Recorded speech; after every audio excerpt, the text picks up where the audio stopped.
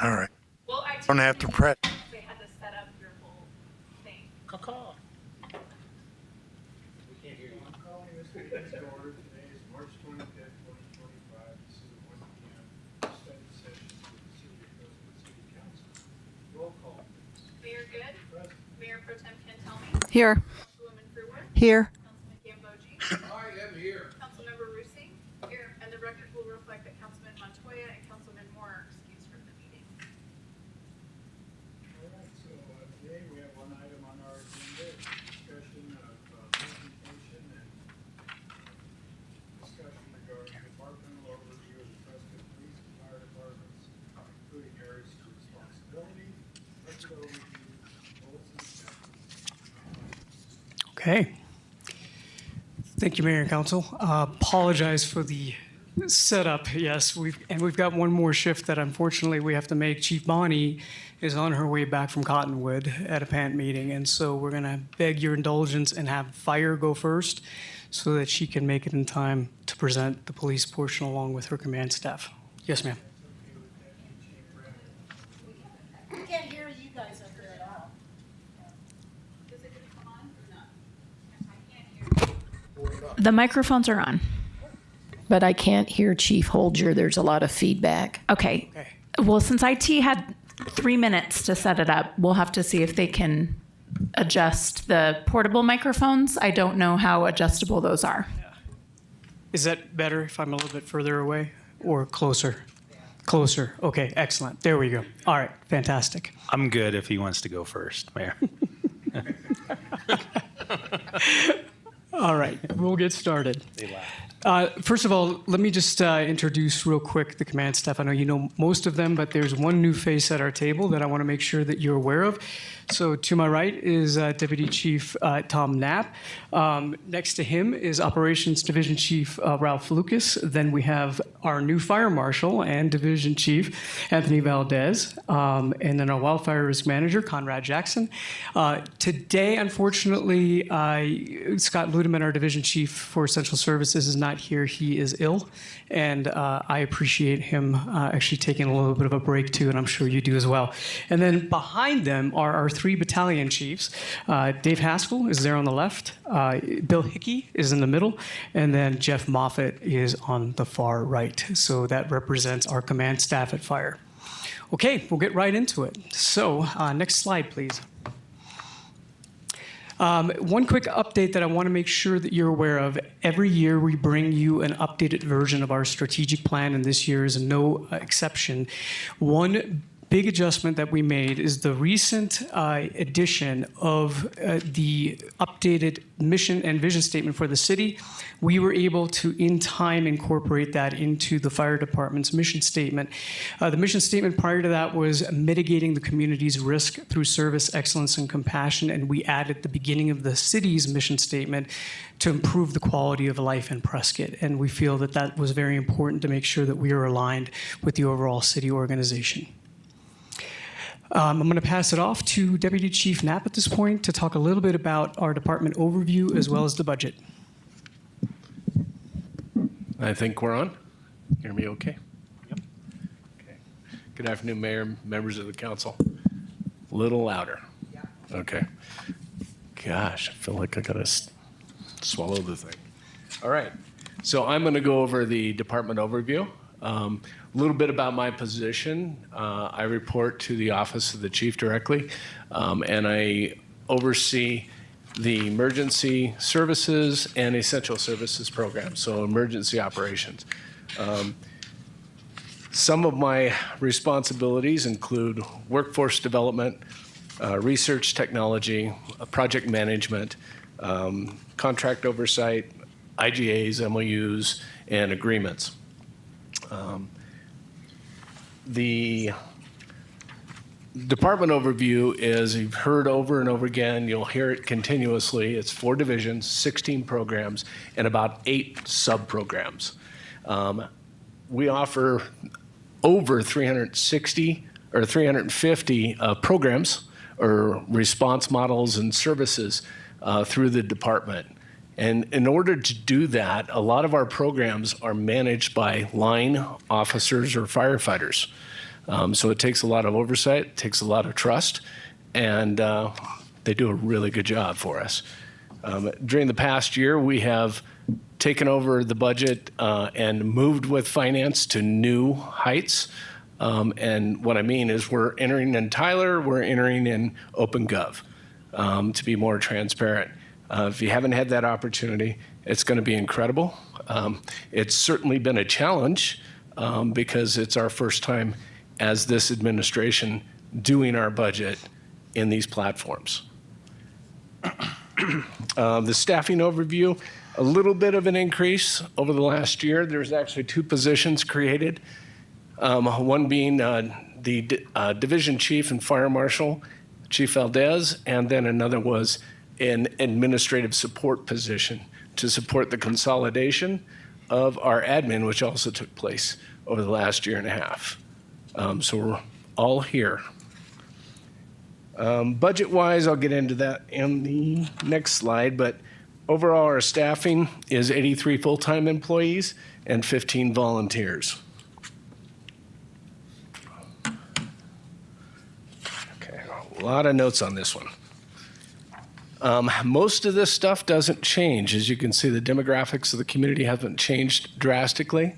The bigger changes are going to be in our total valuation, which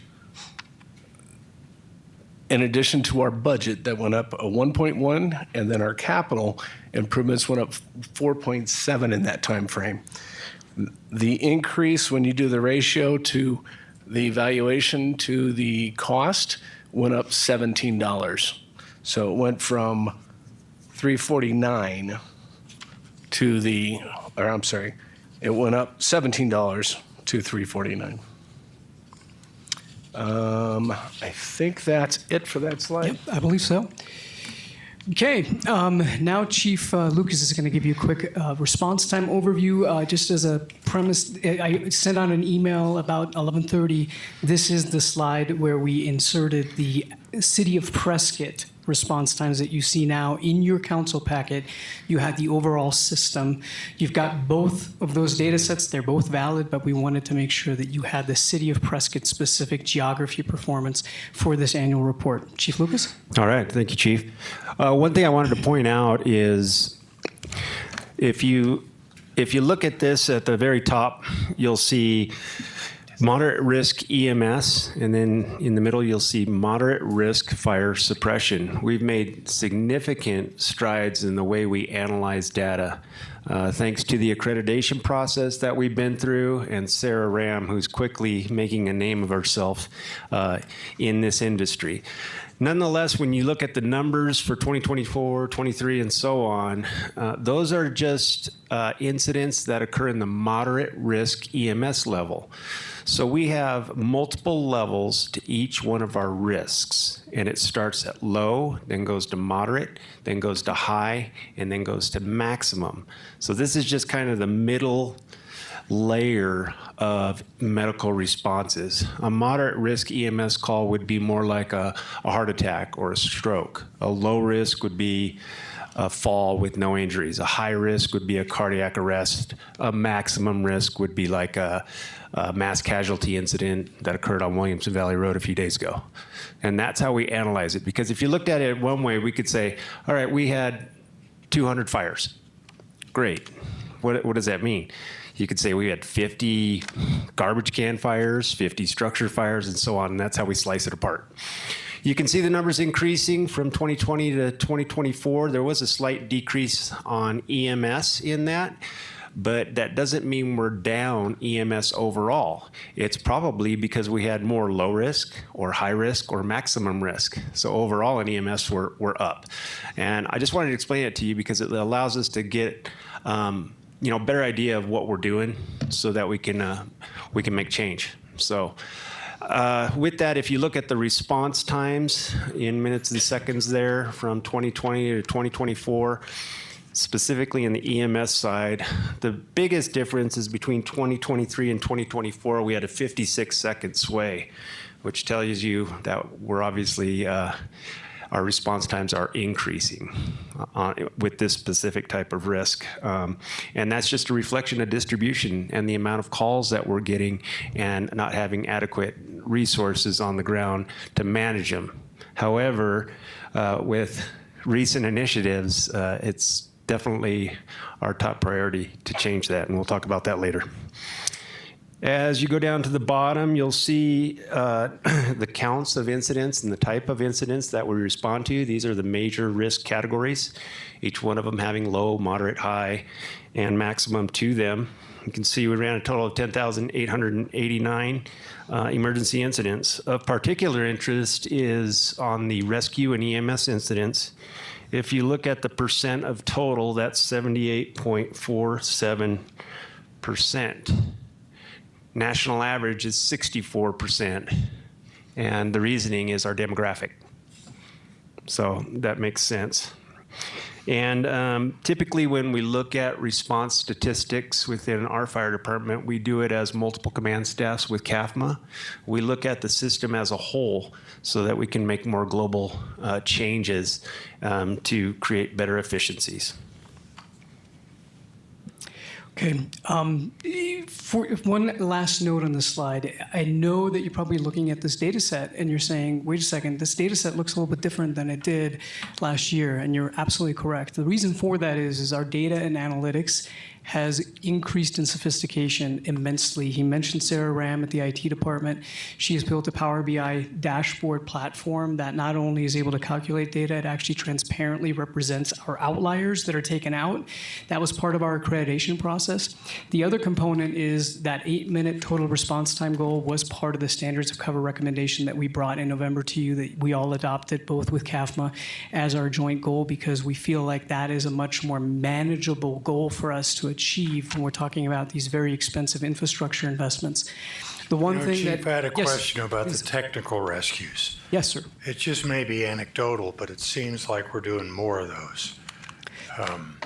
And now obviously that takes a long time to be able to come to a resolution on some of those rescue attempts. Yeah, without a doubt, we're Are you seeing seeing anything like that? Oh yeah, without a doubt, we're seeing more technical rescues year over year. That's obviously related to people coming and recreating at high levels in our community, and along with that comes these accidents and injuries. And another thing to point out is, like, you know, you can look at the population base and say, well, it's not increasing significantly in the city of Prescott. Well, it's all a matter of the whole system. You know, just because we might not be growing immensely, that doesn't mean what's going on in Prescott Valley, Chino Valley, and the surrounding area doesn't affect our fire department, because it does. And visitors and tourists as well. Correct. Councilman Gambogi?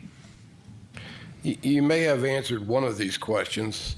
When someone gets lost on Granite Mountain every Thursday night, Yep. is that in technical rescue or is that in rescue EMS incidents? A good question. That's specifically sliced into technical rescue. That's into. So what is the rescue part of rescue and EMS incidents? Well, like a rescue incident would be like, an easy one to think of is like a ground level fall, or like a rescue that's related to some sort of emergency medical type of situation. Okay. Whereas a fall from a building or something at a high level, that would be more of a technical rescue type of incident. Does that kind of make sense? Okay. And then I noticed further up on that chart, over in from 2020 to 2021, there was a significant increase in response time, and then it dropped down by almost 2 minutes the next year. What happened in 2021? I would say that's probably a reflection of our COVID response, whereas every call that came in during that time period had to be vetted through what we called a COVID medic. So it took an additional amount of time for that COVID medic to kind of triage that call, and then they would notify the personnel on the fire engine of the risks that they were up against before they arrived at the front door of that patient. So much so to the point where we would have patients walk out to the front door, and then we would only have one of our medics interact with them instead of the whole crew. We just had all these mitigations that we had to take care of during that time frame of COVID. Amazing. Thank you. The other component there, just to add on, and you're referring to the moderate risk fire suppression data set, I assume, the second line. So the other thing to point your attention to is the number of incidents that is in that data set is pretty low for us to calculate a reliable 90th percentile. Really, we don't like to see data sets below 100. 400 and above is really where we say, hey, that's a really good place to pin our hat on. So when you're talking 24 in 1 year, 39 in the next year, that could just be variability that's just natural in that data set. And so that's why you always see us report moderate risk EMS, because that is the highest volume data set of emergent responses that we have, which gives me the greatest indication of first due performance. So. Yeah, you can get a frequent flyer in there that will really skew your numbers. That's correct, sir. Yep, absolutely. All right, so major changes in our strategic plan. As I mentioned, we updated the mission statement to include that connection to the new city mission statement. We've reflected the impacts of Proposition 478. Obviously, in our initial strategic plan, we said, hey, we have a funding issue, and we identified that. We brought that to you. Well, we had to update that because now we have a funding mechanism, and now we have to get to work. We also have a strategic plan update framework. This is a living document that's updated annually, and we need to make sure that we continue to look at each component specifically over the next year or two. We need to redo our stakeholder outreach in a defendable way. So go to the community and really robustly get feedback to inform our goals. We also renamed strategic result number 1 to reducing community risk. It was important to me that it wasn't just about emergency response. And now that we have a fire marshal that is strategically guiding our community risk reduction activities, it was really time for us to call that what it really is. Also, we made updates to our measures becoming more mature along with our data analysis capability, and that also is reflected in the strategic plan. We also added some goals related to health and safety. Some of the items from 478 and recent work that we did at our fire stations indicated that we needed to get our fire station environments upgraded. For instance, direct exhaust capture and other technologies are reflected in that goal. And then performance management as well, to make sure that we're doing a better job in terms of measuring our outcomes. And then also we did a section where we documented the goals that have been achieved. We didn't just want to flesh those out because we wanted to make sure that in our publicly accessible adopted document there was reflection of the accomplishments that we were able to achieve over the last 2 years of the strategic plan. And then the annual progress report, you see this from us on a bi-monthly basis, but just to kind of recap the year, we're making progress in all areas. 65% of our goals are on track, 30% are now completed, and only 5% are not started, and those are the ones that are specific to building a fire station, but we are getting into designing as well as putting a request for statement of qualifications for an architect out, and I'll cover that here in just a second. Response time reductions, community risk management, workforce, and infrastructure improvements, I would say we can all agree was probably the biggest part of progress on the strategic plan last year, in large part because of Proposition 478. And I would be remiss in this presentation not to publicly thank all of you and thank the voters for that proposition successfully passing. As we know, there were rising call volumes, extended response times, the need for better equipment, and a lot of other things that we talked about quite a bit with the community over the course of the last year that this is now able to help us address. And we are moving with purpose. I think it's very important that you hear from us. We've already taken action. Thank you to your appropriation at the December council meeting. We've hired and onboarded 6 firefighters. They're currently in the fire academy. We have promoted the first captain and engineer so that we can have a daytime coverage engine no later than July to cover that part in Midtown that we have such a concern for as we work towards 24/7 coverage. We're working on finalizing the locations for relocating Station 73 and the new Station 76. Just as a note, that is not completed yet. We're still looking at site validity studies. We've conducted a safety and air quality survey in all of our stations and published a very comprehensive health and safety action plan. And I also want to put a shout out here to facilities. They've been absolutely amazing to work with, as well as Public Works. Our new risk management team it has been just nothing but great to work with in that area. And then we've got a station design team made up of multiple stakeholders, including our firefighters, and we're working with Public Works on that request for statement of qualifications. I'll also publicly apologize. I put an acronym up there without explaining it, so it's request for statement of qualifications. It's a purchasing component to get an architect on board. The year ahead in 478 roughly looks like this. Mayor Pro Tem, Yes, sir. you had a question for the chief. Thank you, Mayor. Chief, have you decided to try to work on retrofitting some of that air returns in the existing stations before we go into the major remodeling? That is correct. Is that number one? Or? Because we've identified that it's an issue now, we're not going to wait. And so we're already, air curtains are already on order. The direct exhaust capture systems for Station 71 and 73 have been ordered, and they'll be here by June. So those were engineered and sized properly? That is correct. Okay, Yep. thank you. Yep, you're welcome.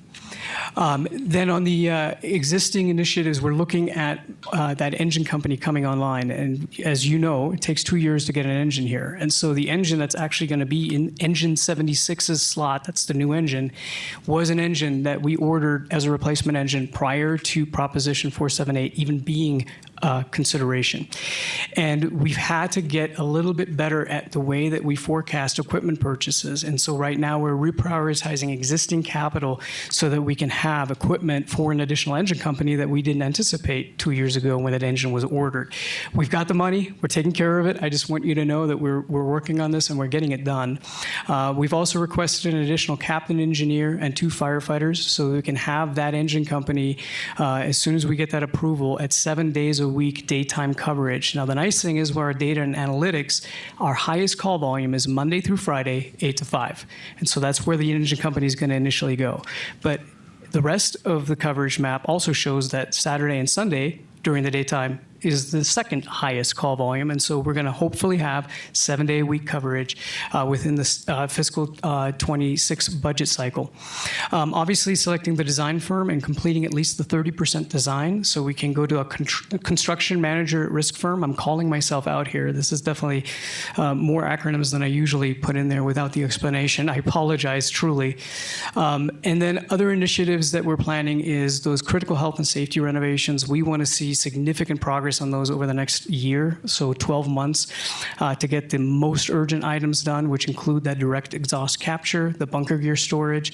We're also bringing online modern station alerting. That was something that has been in our capital budget for the last 2 years, but due to various factors, including coordinating that install with CAFMA and PRCC, we held off for a little bit, and we are now in the final stages. Probably at the April 8th council meeting, we'll bring you the contract for modernized station alerting. Now, what does that really mean in a nutshell to the citizen? It's 15 to 30 seconds decrease in total response time because we're not doing certain steps manually. As soon as the dispatcher captures the most 3 to 4 critical pieces of information, in essence, and I'm oversimplifying it, but Siri basically dispatches our crews. The dispatcher can stay tactically aware with the caller as well as the crews in the field because they don't have to do that repetitive loop, and I know Dr. DeLong is going to explain that during their part of the presentation as well. But just with that investment, we're looking at approximately 15 to 30 seconds of reduction in that hello to hello time. And that is something that I really want to make sure I highlight. We're not just waiting for new fire stations to keep making progress.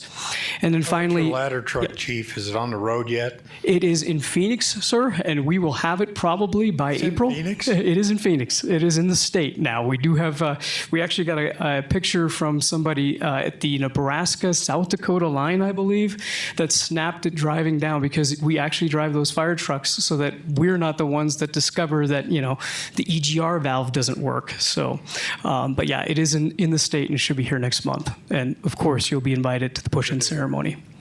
So last but not least, on the general overview here, as a reminder, this is how our budget is broken up and our performance is measured. 16 programs with 5 sub-programs that deliver roughly 360 services with about 270 measures across those portfolios, of which key measures, which are strategic level outcomes, as you can see there, are roughly 15.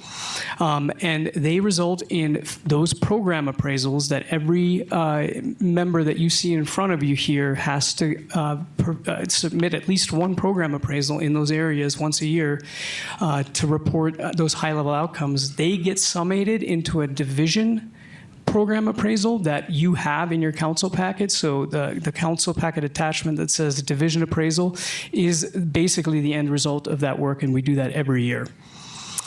We're now going to switch over to the 4 divisions. So the Office of the Chief, as you mentioned, is made up not just of Deputy Chief Knapp and myself, but also a very dedicated and talented team of civilians, particularly our administrative staff. I cannot emphasize how much work they've done over the last year and a half. Some of the things we'll cover here in just a second, but they have been able to look at every single penny that we've spent and found things like contracts that we weren't exercising to the extent that it was initially intended, and we were able to save roughly $6,000, which is nothing to sneeze at just by looking at our numbers differently, and I just can't thank them enough for what they've done. We also have in that a VHE administrative assistant, so a variable hourly employee. That's Tina Heaton, and she's basically the face and the voice that our public hears when they contact the fire department, so her role is also extremely critical. As far as accreditation, we're one of 312 departments. Next week, we travel to Orlando to sit in front of the commission to be formally granted another 5 years of accreditation. I say that with confidence. We're one of 15 in Arizona. 2 of those are Department of Defense installation. Roughly 14% of the U.S. population is covered by an accredited fire department. So it gives you some context as to the level of dedication that we have to that model and what it means to our citizens. There's a couple of highlights in terms of the annual accomplishments in our area that I want to cover. I mentioned several contracts that were no longer needed were identified through those internal audits. That team has also helped us transition to a paperless records and receipt system. And if Mark Woodfill is watching, I know he's probably applauding right now because that has been something that he's been waiting for a long time. And we couldn't have done that without the hard work of our staff. We've seen significant improvements in our contracted ambulance provider, GMR's response performance. They are exceeding their 90th percentile response times, anywhere between 93 and 96%, depending on the category. And that is definitely something that we're proud of in terms of restructuring that contract. We also published the first joint standards of cover in the nation with CAFMA. Matter of fact, as you recall, the accreditation team was initially quite critical, but they noticed that when they left, that was truly the best way to represent this transparently. We were recommended for reaccreditation, and we were also re-rated at the ISO 2 level. Those ISO ratings happen roughly every 5 to 6 years, and that occurred at the tail end of 2023, beginning of 2024, so I wanted to make sure that I put that out there. Obviously, the biggest team accomplishment along with the community was the voter approval of Proposition 478, and then we consolidated all of our administrative functions in the City Hall. And again, just to highlight again, the value that our taxpayers get, we cost roughly 0.1% of the overall cash value of property that we protect in the city, which I think is definitely something that we should all be proud of. 95% of our strategic plan objectives are on track, and that's up roughly about 15%. And at this point, I'm going to turn it over to Chief Lucas. All right, thank you. So emergency operation, as far as staffing goes, is basically the balance of the fire department. Those are your firefighters on the ground running the calls. So right now, as far as daily staffing goes, we have 22 persons per shift, which is up. When I was on the ground a few years ago, I think we were at 17. So that's incredible. That allows for us to have leverage in many ways. And I'll give you one example, force hiring. In 2023, we had some 91 force hires. And a force hire is when you call a firefighter because somebody called out sick and you say, you have to work today and you don't have a choice. They can't leave their post. So regardless of what they were doing or what they had planned, on that given day, they would have to stay there because that's what we do as public safety personnel. Nonetheless, we've reduced that over the last two years we had a high of 91, and now we're down to 45. So we've cut it in half due to our increased staffing levels.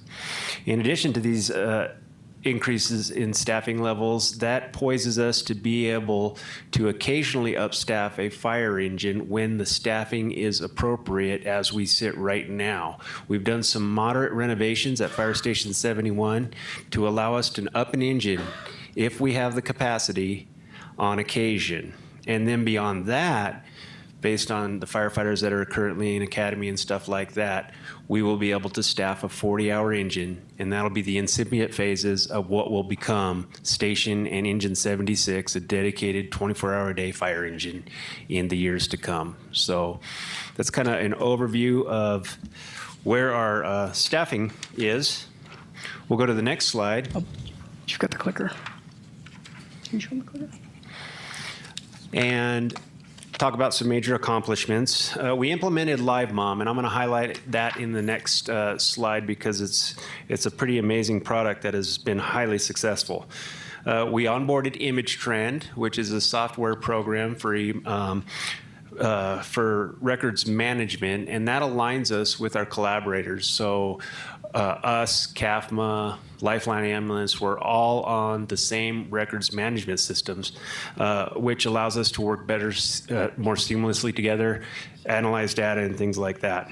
And the implementation of the ProQA software, which actually started today when we had to shut down CAD and put in new servers at the dispatch centers. But what ProQA is an emergency medical dispatching software that works off of an algorithm and runs the dispatcher seamlessly down that algorithm and spits out a result at the bottom. That result could be send one ambulance to this call, send an engine and an ambulance to this call, and so on. Like the chief said, we did the community risk assessment and standard of cover. I'll add some context to that, chief. 3 months in a basement. That's right, exactly. That's what I spent in a basement working on accreditation this year. We acquired some fire apparatus and equipment, one engine. We got the aerial that's in Phoenix right now. It's supposed to be here by the end of the week, Mayor. And we've added a couple of brush units. We've created efficiencies in key programs, and this has been huge in our fire department because, like Chief Knapp alluded to previously, a lot of our firefighters were doing these mundane duties and stuff that were taken away from their priorities. I mean, they'd be working on some program like ordering paper towels for the fire station when they should have been, working on studying for a paramedic class or something like that. Nonetheless, we've really aligned ourselves in a much better way with our fellow departments in the city. Back in the past, when I first started, the fire department, we were kind of like this outcast group that took care of their own stuff. We did our own construction, we bought our own stuff, kind of left alone. We're now integrated in with the city with a lot of these processes, which creates huge efficiencies. And we have formalized special operations programs. So we talked about those risk classes like aircraft rescue firefighting, technical rescue, hazmat, and all of those.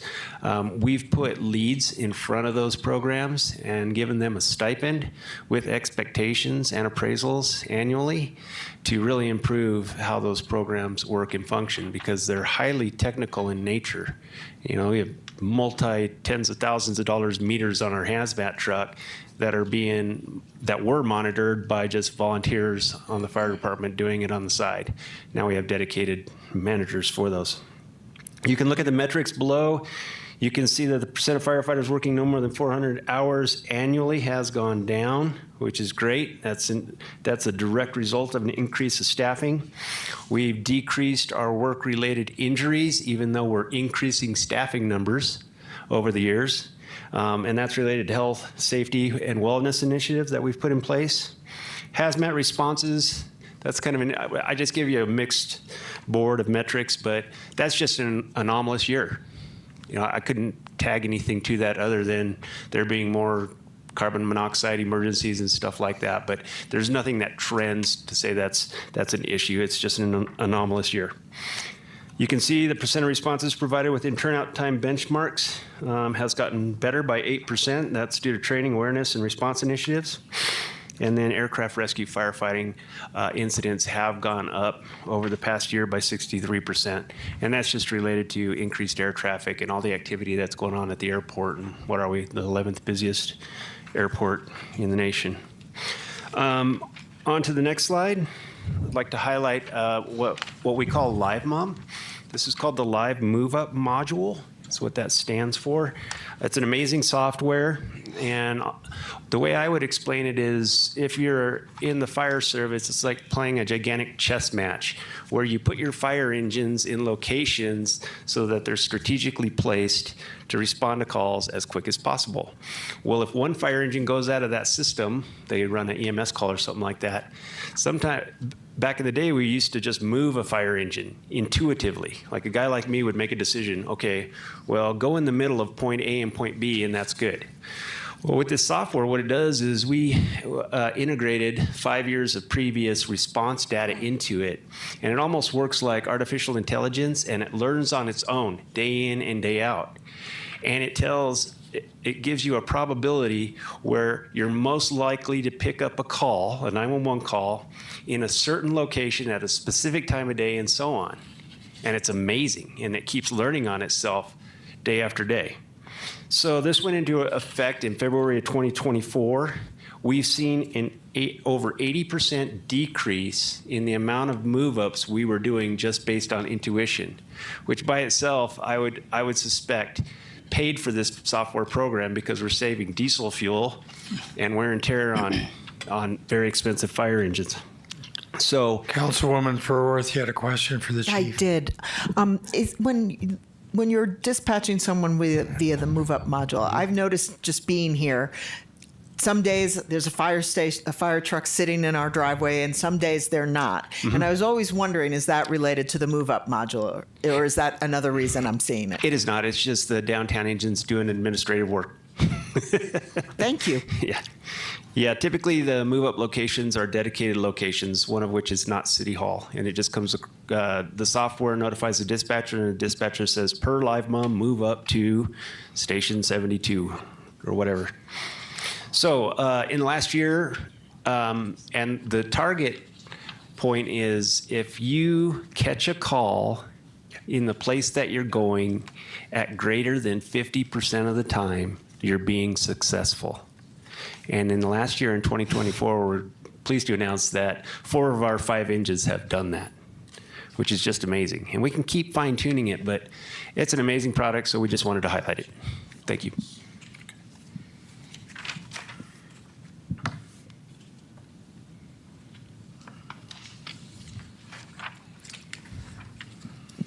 All right, good afternoon, Mayor and Council. I get the fortunate opportunity to highlight the Community Risk Management Division here at Prescott Fire Department. To give an idea of what is encompassing of this division, a lot of people look at me funny when I tell them this is what my title is. And so it encompasses the Fire Marshal's Office typical duties, which involves the community development, plan review, permitting, construction inspections, those types of activities. It also involves existing facility code compliance. What most people envision a fire inspector doing is inspecting existing buildings. However, that is an area that is in significant need of improvement here in the city because we do not have a formal program of inspecting our existing facilities. And that's an area that we are working on improving in. It also involves educating our public on reducing risks in our community, whether that's fire risks, accident risks, those types of things when we identify what those are. Obviously, one of our key programs is our wildfire risk management that is been highlighted throughout the country as one of the models to achieve. And then our Fire Marshal's Office duties include fire and explosion investigations. But in addition to the typical Fire Marshal's Office duties, we also have the Wildfire Risk Management Program, oversee the Emergency Management Program, as well as Public Information Officer for the Fire Department. And with that, we also oversee our volunteer program and our cadet firefighter program. So our staffing assignments, we do a lot with very few people. Again, we have 1 division chief fire marshal. We have 2 plan reviewer, inspectors, and investigators. And they also are the key ones that provide our general public education outside our wildfire risk program. We have our wildfire risk manager, We do contract a plan reviewer in the current configuration that's helping us maintain our plan review turnaround time. In addition to, we have an emergency management intern position budgeted, but that has been a little difficult for us to maintain with partnership with Embry-Riddle. So Spotlight on Wildfire Risk Reduction, that's one of our key programs where we have seen a lot of results in. And in 2024, we had 1,100 tons of fuel removed from that risk. We conducted 129 Firewise inspections in addition to having 450 acres treated in that wildfire threat. Chief, have you started to have conversations with Prescott National Forest and reductions in staffing that are happening all over the country? We have not specifically had those conversations, as the Prescott National Forest are in a little precarious situation where they are really not at liberty to discuss their staffing levels. We are told that on Is that classified information? Maybe.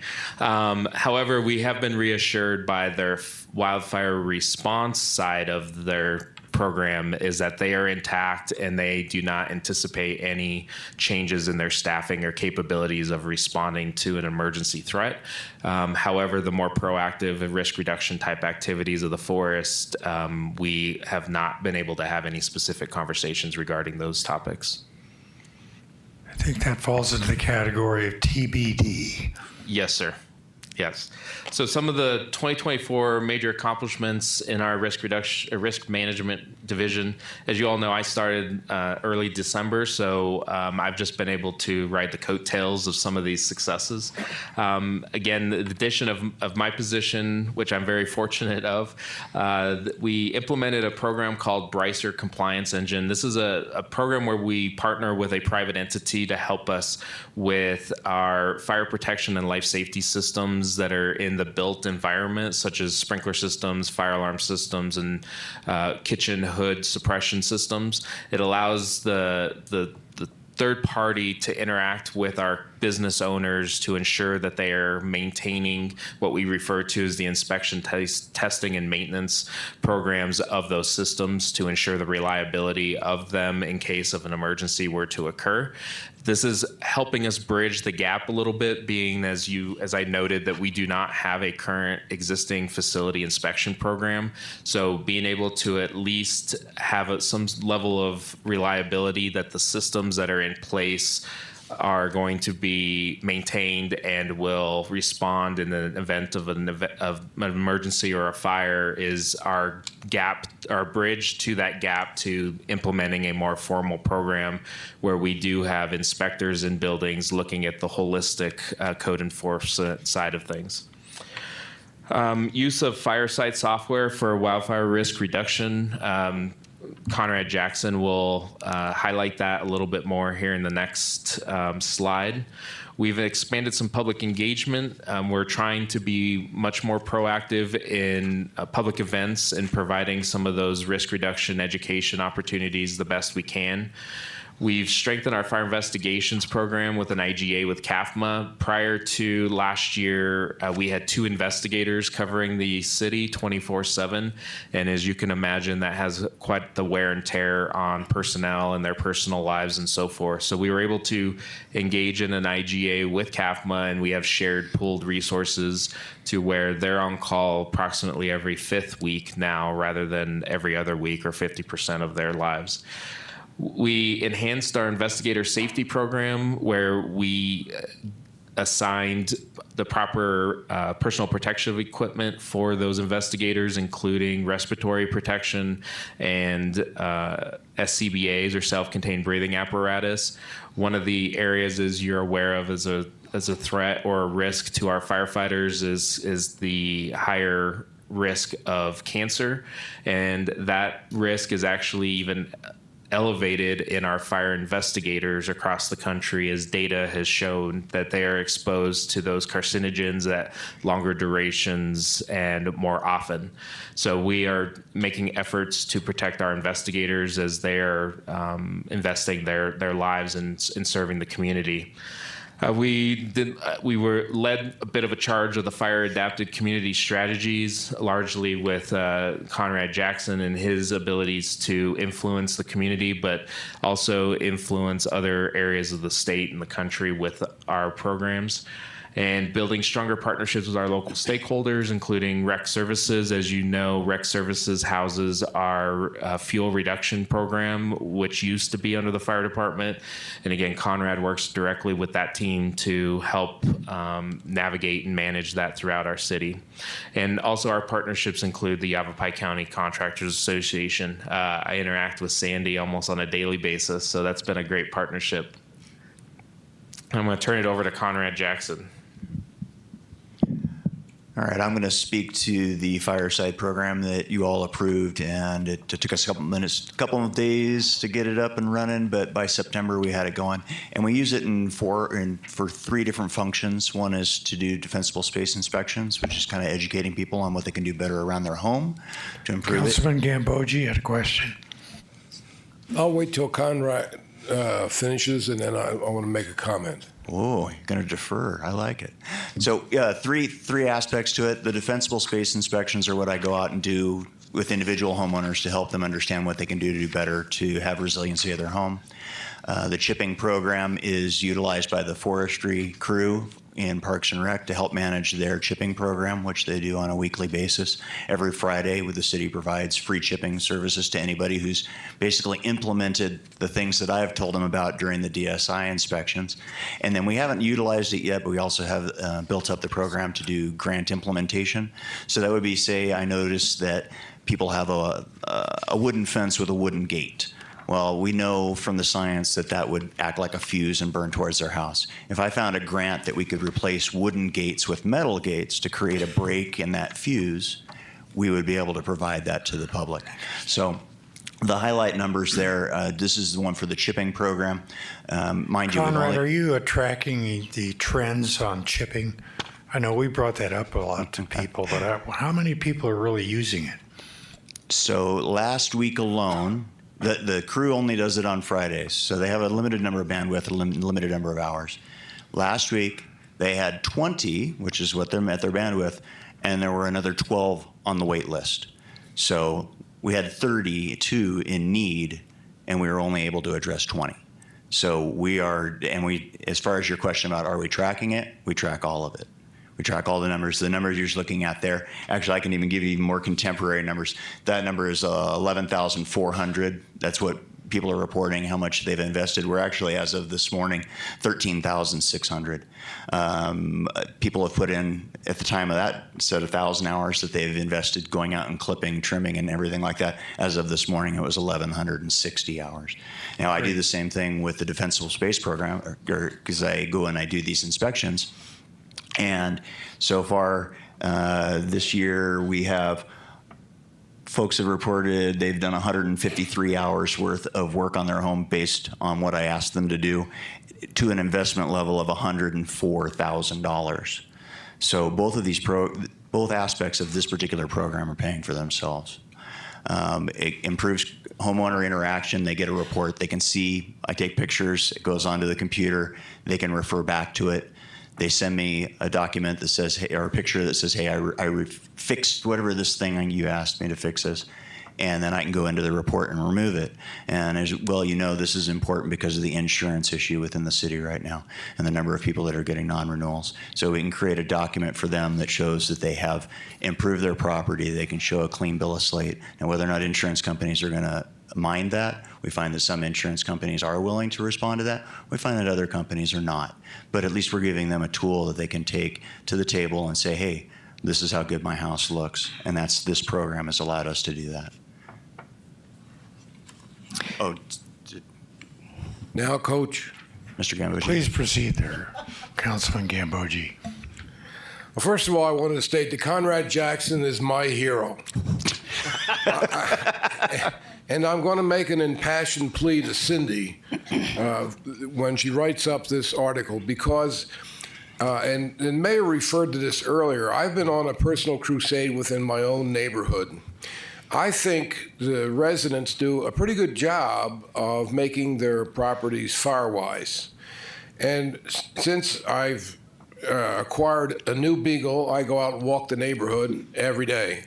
And what I see is people do their job of being fire-wise, and then they put the cuttings out by the curb, and they sit there. And in the latest set of cuttings, I think have been there for 3 weeks, which I think, I'm not a fire person, but I think that's probably more flammable than if you left it on the bush that it was on originally.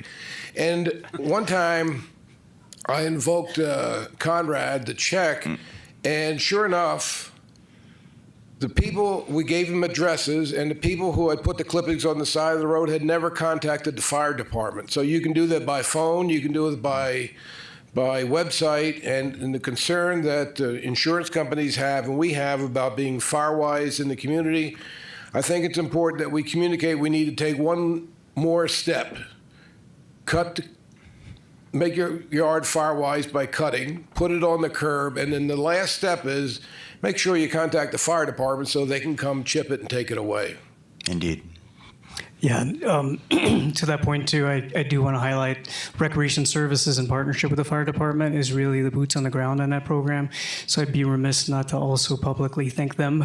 They are a huge component of this. So, all right, I'm going to stand in. Luckily, I'm about his height for Essential Services Chief Scott Ludeman. He is almost a Division of 1. He currently has a training captain that is on loan from operations, which we needed for our Regional Training Academy, as well as a VHE logistics aid that helps a little bit with station projects and more intricate supply deliveries. An MCS test is a company performance test. Basically, every year we test our companies for basic skill verification, and that obviously is a significant amount of work that they do. So that number 36 is what that represents. And then a big shout out to our fleet, because 99% of our time right now we have our frontline engines that are actually in service.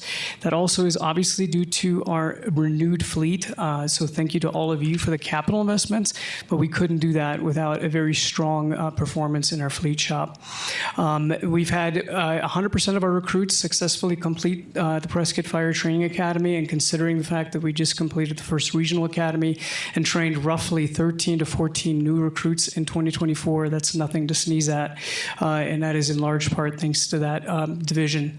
The biggest thing that I want to highlight here is we mentioned the Regional Training Academy, and there is a big success that I wish that Chief Ludeman was here to actually tell you all about. He's partnered with Yavapai College that in this recruit class that we're currently in, they will actually graduate with roughly 15 to 16 college credits as part of participating in the Regional Fire Academy that we're hosting.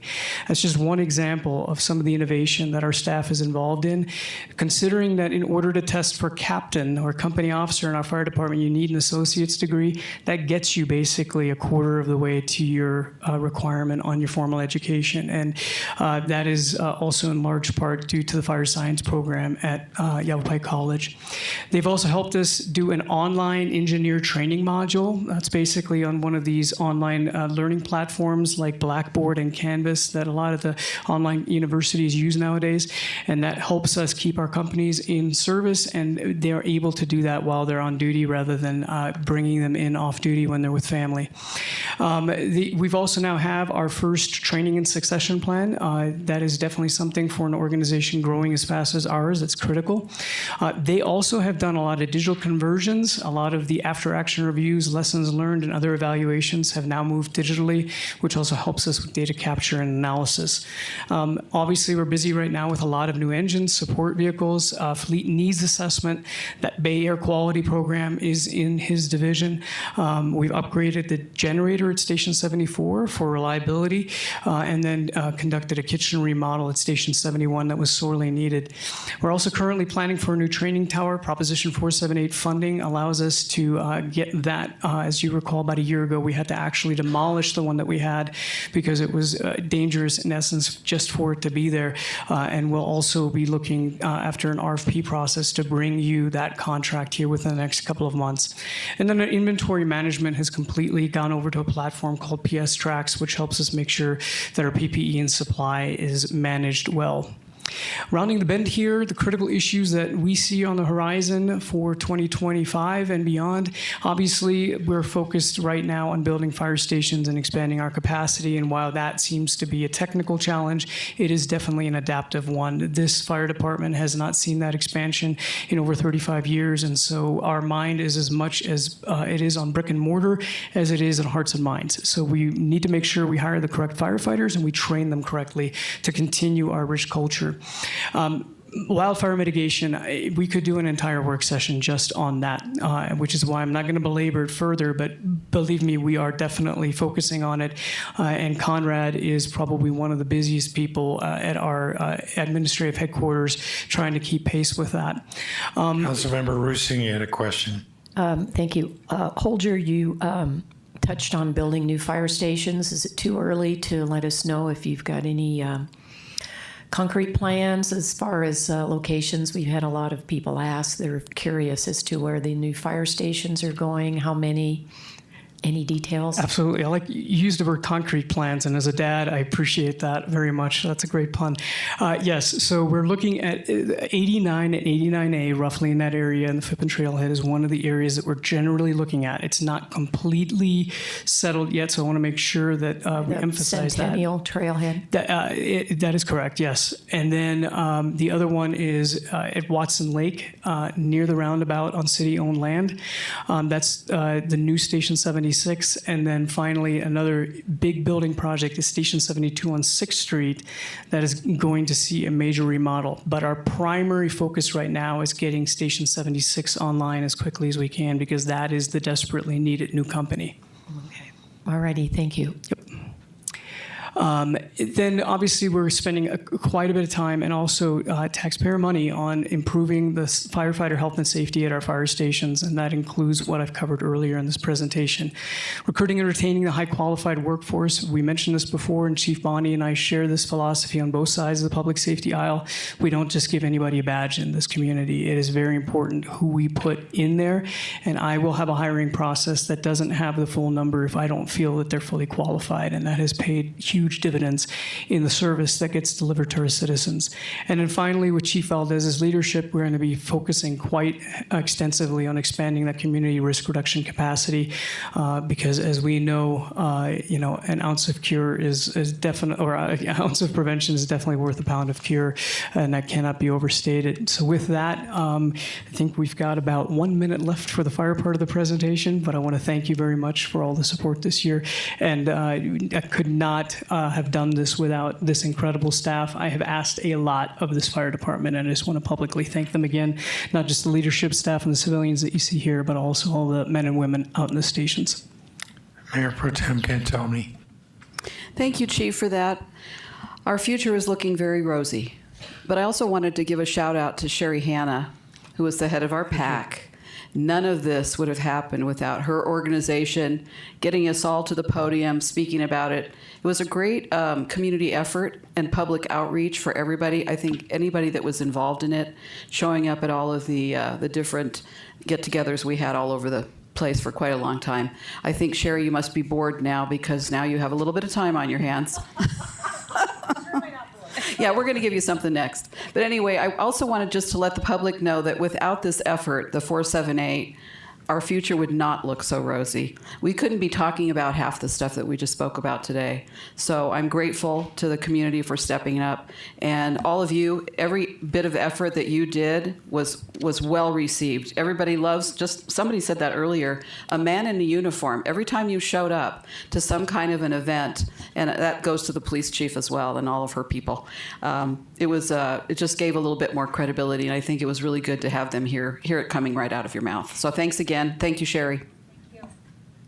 Yeah, I will also want to say a big thank you to Chief Dura.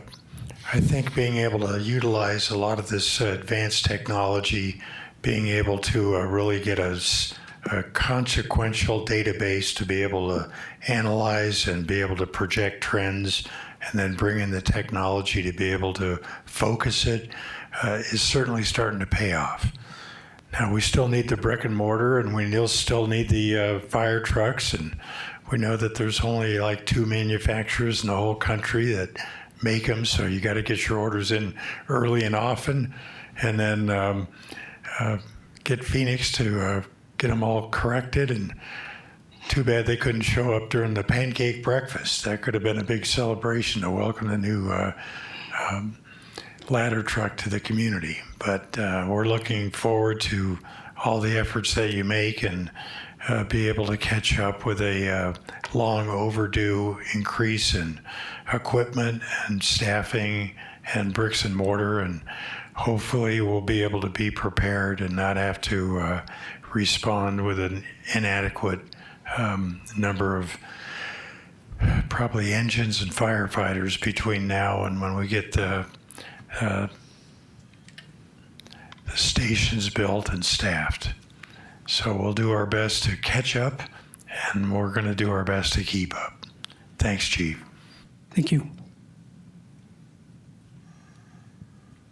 All right. Well, thank you again. There's been a lot of thank yous, and I'm just going to continue in that direction as well, because 478 really gives us, where am I pointing this? Point it somewhere.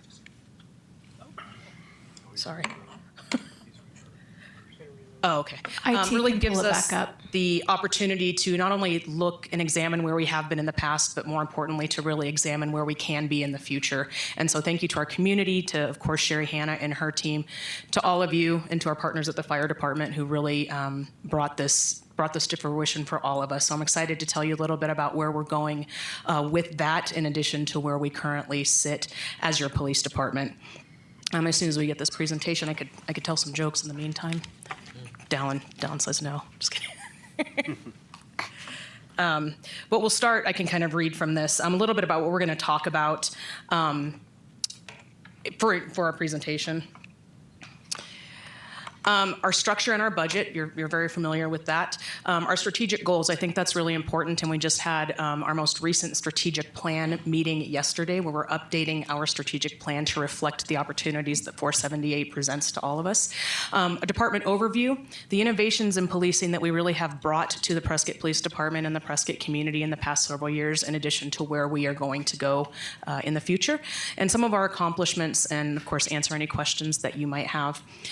Before I delve into it, I really, again, want to thank the staff that I have sitting here. They're going to have the opportunity to present to you on each of their areas of expertise and specialty in their areas of command. And I think that's very important, because what you have sitting at this table is a very dedicated group of men who lead their areas of command with compassion, professionalism, and an extensive array of knowledge about the ever-changing roles that the police department has in our community. So I'm very thankful for them. I'm excited to get going. So, of course, reviewing our mission. Our mission is to provide the highest level of service and collaborative effort with our community to protect life, property, and the rights of all people. That's very important. The word collaborative is very important to us. We focus on that in all areas of our service levels, to provide that collaborative relationship with not only our public safety partners, but also with our community and business leaders as well. Our vision is to be a leader in our region by working with community members in order to provide superior public safety services. And I really want to focus on the superior word there. We're very proud of what we do, and I want you to be very proud of what we do, and in particular the men and women that provide the services that we provide. We're doing things as evidenced by our levels of accreditation above what just many police departments are doing in our country. And so I'm very proud of that.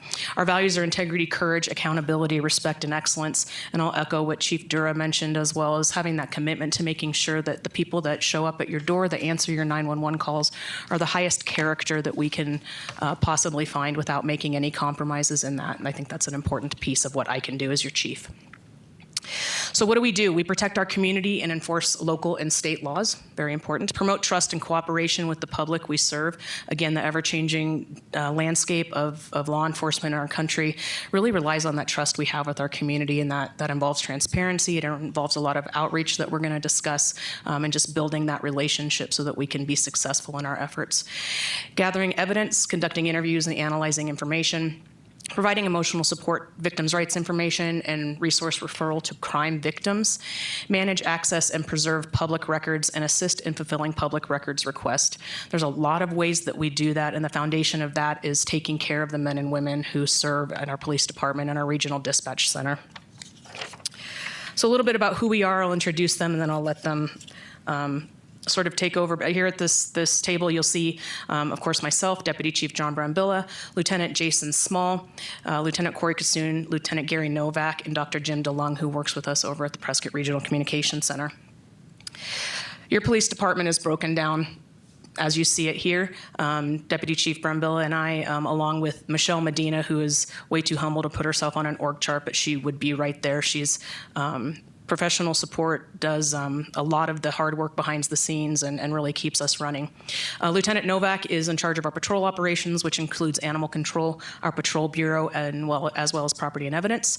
Lieutenant Jason Small is our special operations bureau commander, which includes community services. They're the officers that you see riding the bikes, and our school resource officers, our investigation section, and also our traffic safety section. We have Lieutenant Corey Kassoon, who is responsible for support operations, which includes our records section, training and recruiting, SWAT, and he is also our current regional commander at our Northern Arizona Regional Training Academy, so he wears a lot of hats. And then we're going to round it up with Dr. Jim DeLung, who is in charge of accreditation for PRCC, the budget at PRCC, and hiring over there. And each of us are responsible for areas of our budget within the purviews of their areas of responsibility. Again, mentioning accreditation, like fire, we are coming up on our reaccreditation. If you remember, we achieved full accreditation status in the summer of 2021 for the Prescott Police Department. And then just recently, this last summer, I don't want to steal Dr. DeLung's thunder, but Prescott Regional Communication Center became the first regional communication center, which is not only multi-agency, so not only serving various police departments, but also various fire departments and a private ambulance company. So it became the first in the state to achieve that important accreditation status, and we really are very proud of that.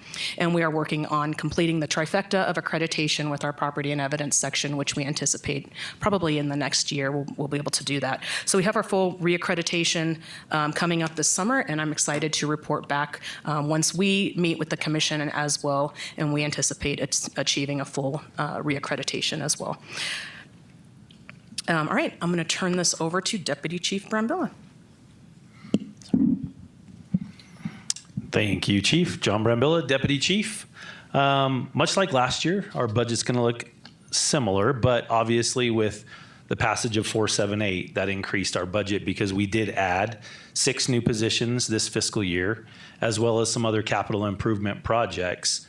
Vehicles being one of those to go along with those 6 officers. So you see our total budget there is just over $20 million. Again, like I pointed out last year, and much the same in line with the fire department, the majority of our costs are personnel. Those are police officers and dispatchers and our non-sworn staff as well. Our budgeted sworn personnel, because we did add those 6 new positions, so we're up to 93 sworn positions is what we're allocated at the police department. Our civilian positions have stayed the same as last year. When we look at current staffing, though, you'll see that we do have 79 total sworn. That's from the chief all the way down to these new positions. I'm going to let Lieutenant Novak talk about staffing and patrol, but so that number of 79, we're working diligently on that with our recruiting processes. So we're testing every month. for new officers. We have also gone out and we're looking for lateral police officers, those that are already certified at other agencies, and trying to attract them here to the city of Prescott. Currently, we have 3 laterals that are in our background process, which the benefit to a lateral police officer is they are already certified. They are police officers at other Arizona jurisdictions. So bringing them on board eliminates the need for the academy. They go right to field training, and typically our field training is 14 weeks, but we can modify that to an officer who's already been doing the job, and we can really reduce that initial training time to get them out on the street as a solo officer, which is where that impacts our staffing and patrol. So right now there's 3. Over our last several testing processes, we have currently 6 in backgrounds. We're going to have another testing next month. So our goal for the next academy, which should start in July, would be another 6 to 8 police officers in that. So we're chipping away at that number there, and doing everything that we can. We've become very innovative in recruiting, and we're not afraid to recruit from anywhere. We'll talk to anyone and bring them on.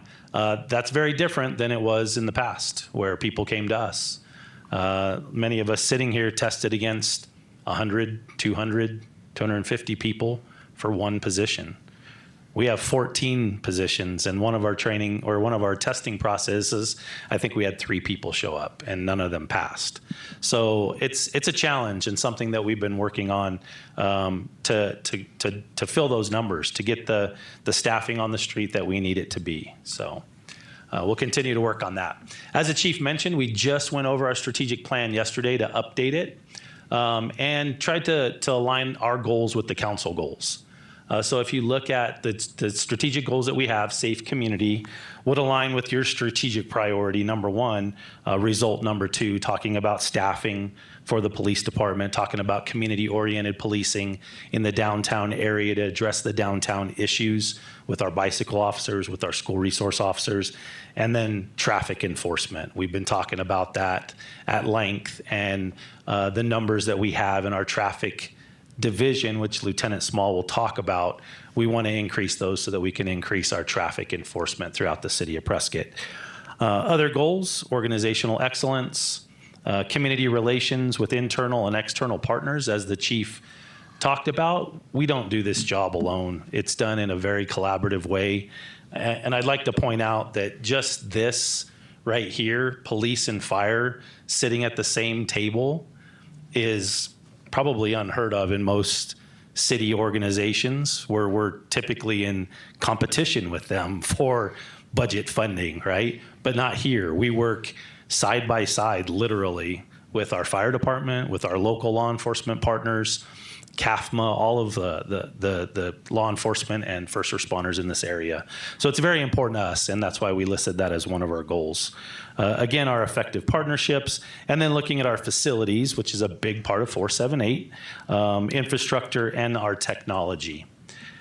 Chief mentioned our accreditation, which we achieved in July of 2021. And if I'm not mistaken, we were about 6 to 8 months ahead of what they projected we would be to obtain that accreditation. And that goes to our non-sworn staff for all the work that they did, as well as lieutenants here that were constantly barraged with having to get all the proofs ready for that accreditation, and then going through our on-site assessment. So we're actually due this year for reaccreditation, and we're going through that process right now. We have new standards that have been added, so we're going through our policies, our procedures, and our proofs, and getting that all in order. Again, you know, that status means a lot to us. It's an important piece to our police department, to our community, to say that we're doing the things that are best practice. We're looking at different innovative ways of doing the job that we've been doing for so long. Accountability and transparency, like the chief already mentioned. So it's a very important piece of what we do, and we have an accreditation manager that's her job, is to make sure that we're staying on top of review of our policies and our procedures, and that we're doing the things that we need to do to provide those services to our community as well. Deputy Chief, is that a 5-year cycle? Yes, sir. Every 5 years. With the Arizona Law Enforcement Accreditation Program, and just like Chief Dura, I should explain what ALEAP is. That's the Arizona Law Enforcement Accreditation Program. It's a part of the Arizona Association Chiefs of Police.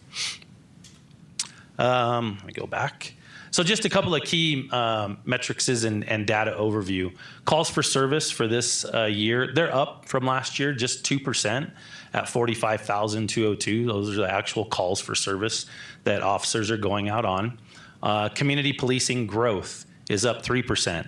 What that means is we're able to get out and away from calls and do more community involvement things, business contacts, park checks, school checks. This is the opportunity that we have to get out of the police car and interact with the public. And that's an important part of what we do. And it's expected in our community that they want to see us out and about. They want to be able to talk to us. Arrests are up this year, pretty significantly over last year, about 370 more arrests this year. A lot of that, and we'll talk about it in just a minute when we talk about the different technologies, but the license plate readers that we have, that's making a huge impact on cases, and we'll talk about those as well. Traffic citations are up from last year, almost 225 citations from last year to this year. So again, as we get staffing, we're able to focus on these different areas, and we're showing that through citations. And then community outreach events, and this is going to be touched on by Lieutenant Kassoon. Just all those different events where we're out in the public, and I won't steal his thunder. There's quite a few that he's going to talk about. Chief already mentioned is the full accreditation at PRCC as a regional communications center. To be the first to obtain that is an honor for us. That's a lot of work. That's 20 years coming up this year that PRCC has been in existence. We're very proud of it. It continues to grow. Coming this year, we'll have several more fire agencies coming on board that Dr. DeLung will talk about. So again, that regional communication center just keeps growing and growing and providing a safe environment for our community, because when people call 911, they're getting exactly what they need, whether that's police, fire, or medical. Our officer wellness initiatives, Chief Dura talked about this. Again, something that we work with the fire department on, that it's very important to us to maintain not just the physical fitness levels of our officers, but the emotional fitness and the spiritual fitness and their mental health as well. So with our police foundation, again, you talked about things that Sherry Hanna needed to do. She joined our police foundation. So we appreciate that. But our police foundation came up with funding this year for something called a recharge room. And again, when we talk about innovations in police work and taking care of our people, this is a room that we were able to set up in the old city annex next to the police department.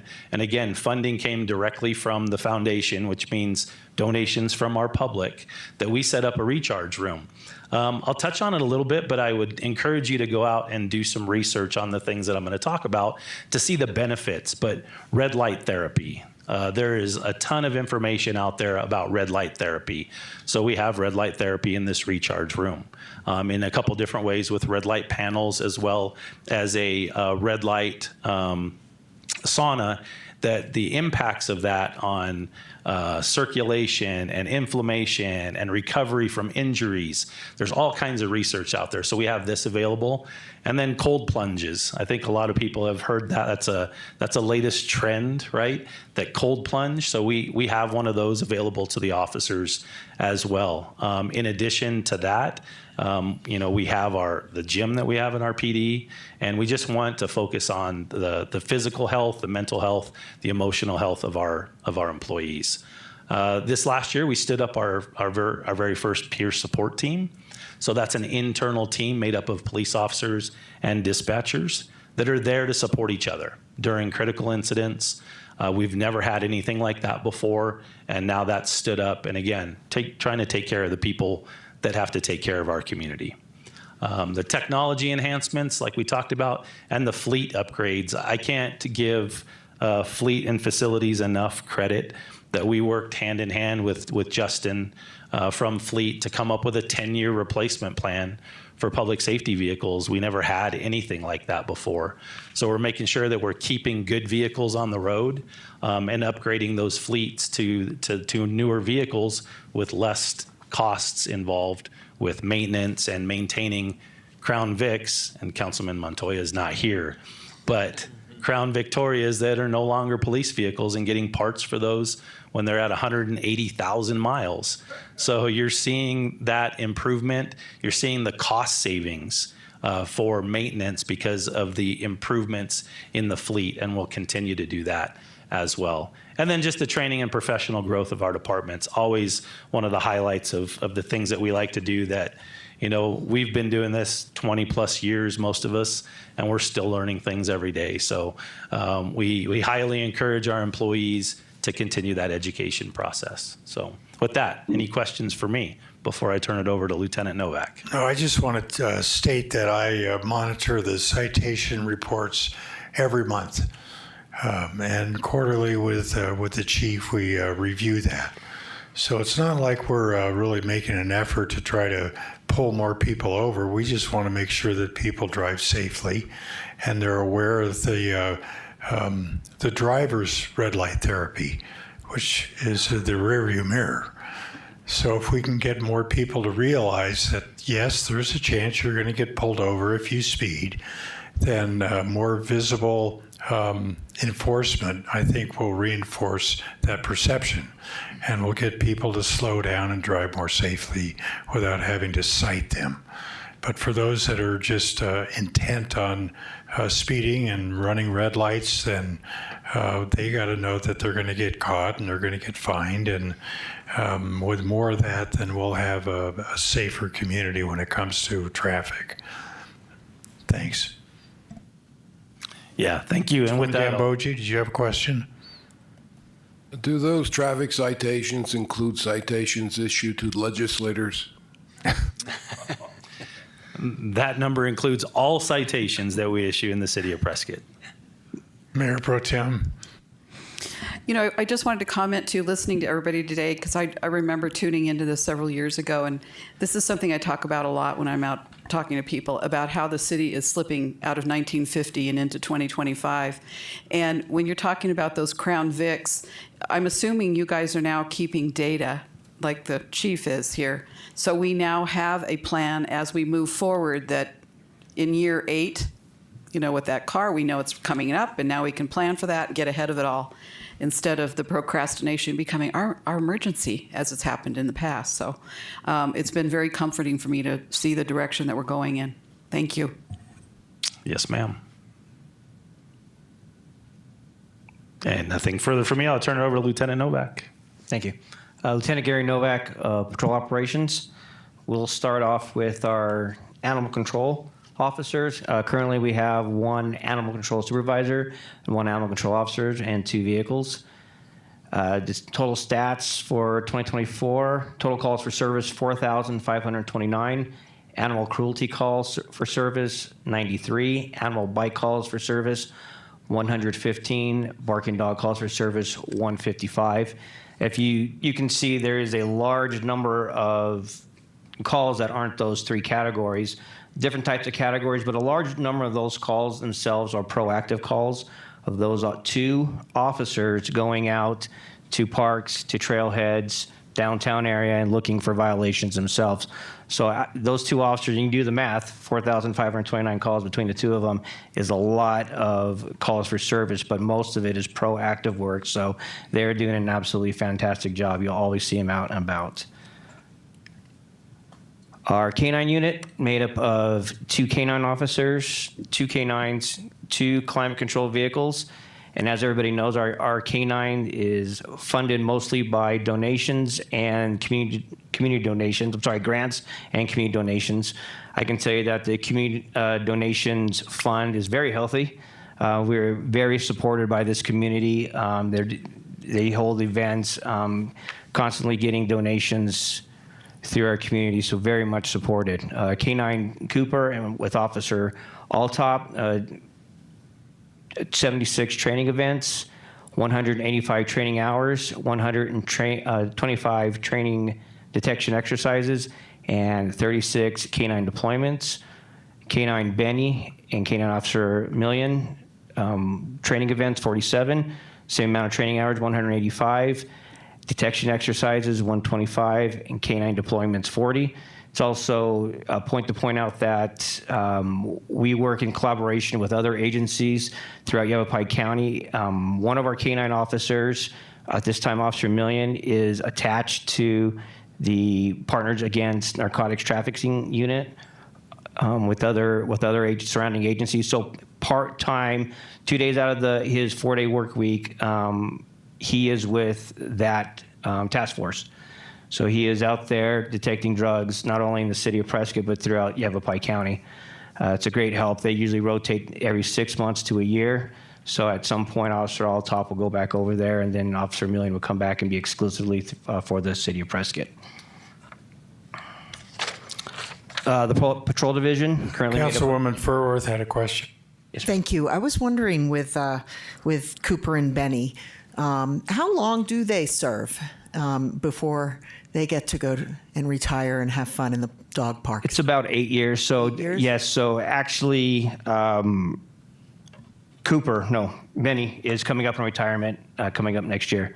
So we were looking at replacing him within the next year. So that animal will be hopefully looked at soon, so we can kind of start the training process for that dog. So when Benny is ready to retire and just lay around and play with toys, that next dog will be in place. So it'll be a seamless transition for that.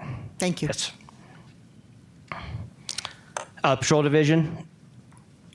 Myself, 1 lieutenant, 6 sergeants, 5 of those sergeants running 5 squads and 1 administrative sergeant, 44 officers, 30 patrol vehicles, and 1 mobile command post. This is where I think need to explain the 44 officers part of this, and kind of what Deputy Chief Brambilla was talking about. Currently, 44 officers are assigned to the patrol division, but currently as solo officer status, that means an officer assigned to a shift. The actual number of patrol officers working solo status is 33. And I can explain where the other 11 officers are at. 4 of those officers are current officers in training. So right now they are with an FTO. Those officers are scheduled to complete their training within the next few weeks. So they will go to solo officer status. So they'll be occupying a vehicle by themselves. So that'll bring that number up to 37. We also have 3 that are currently in the police academy, which are assigned to the patrol division, and then another 4 officers that are on some sort of leave, either medical or administrative leave. So that's what makes up the other 11 officers out of those 44. Total calls for service, Deputy Chief Brambilla already went over this, 45,000. Total arrest, 1,800. Total number of reports, 8,307. Sex offender checks, 575. Lost and found reports, 383. Average response time for this month, for February, was 6 minutes and 21 seconds, which is pretty good. Calls for service up 2%. Community policing up 3%. Getting into our property and evidence section, total number of items held, just over 19,000. Evidence requests, 1,500. Total items requested, 24,000. Items destroyed, 2,574. And 735 pounds of drugs incinerated. And like Chief Bonnie said, they are working on their separate accreditation program, which should be done by the end of the year. Any questions?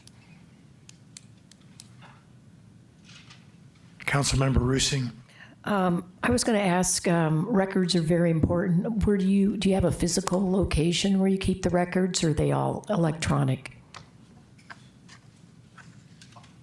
I'll get to it. I'm sorry. Answer that now, but both. Yeah. So mostly electronic. Everything's kept through our records management system, but we do keep physical hard copy of certain records as well. Okay, thank And you. that's stored in records, in the upstairs records, when you walk in the lobby of the police department. Okay, thank you. You bet. Okay, Mayor and Council, thank you. My name's Jason Small. I'm the Lieutenant over Community Services, Investigations, and the Traffic Safety section. So Community Services first, we've got 1 sergeant and then 1 community service officer, which is the bicycle officer, 1 TLO, which is it's a terrorism liaison officer, but for the most part, they're our intelligence gathering officer. And part of 478, we were able to add a school resource officer to Granite Mountain. Granite Mountain received a grant, and because we've been allotted some more positions, we felt comfortable in using that body to go to Granite Mountain, and we're seeing great results there. So we're really thankful to have another SRO up at Granite Mountain. So our bicycle patrols are 210, presentations and trainings provided 30, special event details 16.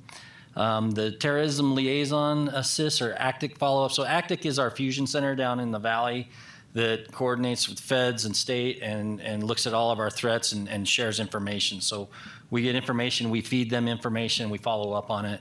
Officer safety bulletins 24, agency assist 6, events safety, basically assessments are 6.